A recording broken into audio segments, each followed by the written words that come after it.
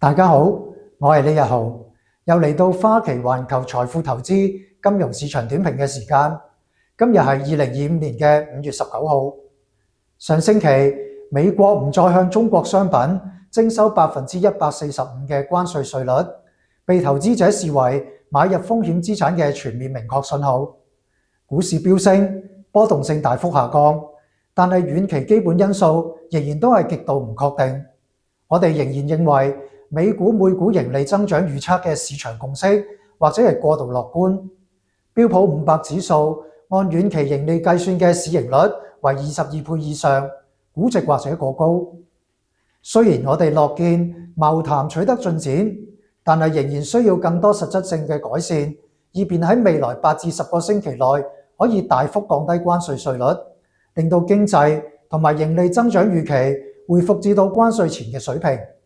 美股從4月低位回升2成3%，但係我哋對於美股仍然維持中性嘅配置。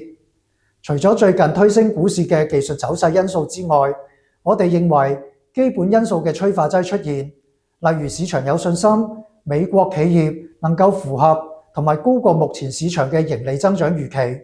或者美國可能推出額外嘅財政刺激措施，增強消費者信心，先至可以令到股市從現水平明顯上升。固定收益方面，由於關稅導致嘅通脹風險以及美國財政赤字，仍然都令到較長年期債券嘅價格面對下行壓力。我哋繼續偏好優質同埋短至中年期嘅債券。今次嘅金融市場短評時間就差唔多啦，下次再見，拜拜。